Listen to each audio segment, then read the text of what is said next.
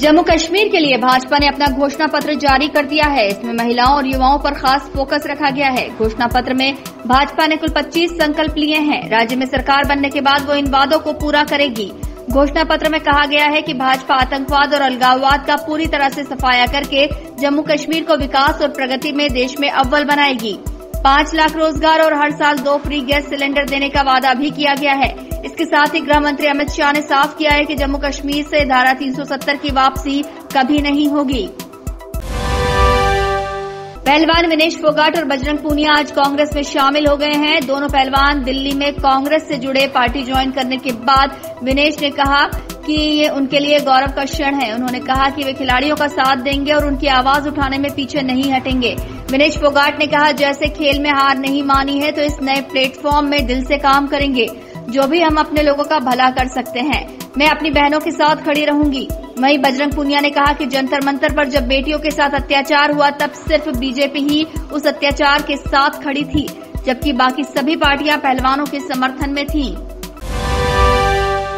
लंबे समय बाद मध्य प्रदेश के पूर्व मुख्यमंत्री कमलनाथ मीडिया के सामने आए। इस दौरान उन्होंने भाजपा और प्रदेश की मोहन सरकार पर जमकर निशाना साधा। कमलनाथ ने मध्य प्रदेश में महिलाओं और बच्चों पर बढ़ रहे अत्याचार को लेकर सरकार को घेरा। उन्होंने कहा कि मध्य प्रदेश की कानून व्यवस्था पूरी तरह से ठप हो चुकी है, लेकिन सरकार इसकी तरफ बिल्कुल भी ध्यान नहीं दे रही है। इंदौर के देवी अहिल्याबाई होलकर अंतर्राष्ट्रीय विमानतल पर एक और बड़ी आधुनिक सुविधा जुड़ गई है।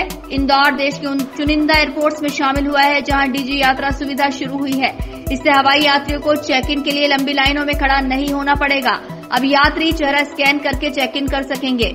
इंदौर सहित देश के 9 एयरपोर्ट्स पर डीजी यात्रा सुविधा का शुभारंभ केंद्रीय नागरिक उड्डयन मंत्री राम मोहन नायडू किंजापुरा ने वर्चुअली किया। इसका मुख्य कार्यक्रम विशाखापट्टनम में हुआ, जबकि इंदौर एयरपोर्ट पर हुए कार्यक्रम में सांसद शंकर ललवानी अतिथि रहे। सांसद शंकर ललवानी ने इंदौर को मिली इस नई और आधुनिक सुविधा के लिए पीएम नरेंद्र मोदी को धन्यवाद दिया। शनिवार से घर घर गली गली भगवान गजानन गणपति विराज रहे हैं। इसी के साथ अगले 10 दिनों तक भगवान गणेश की आराधना पूजा होगी।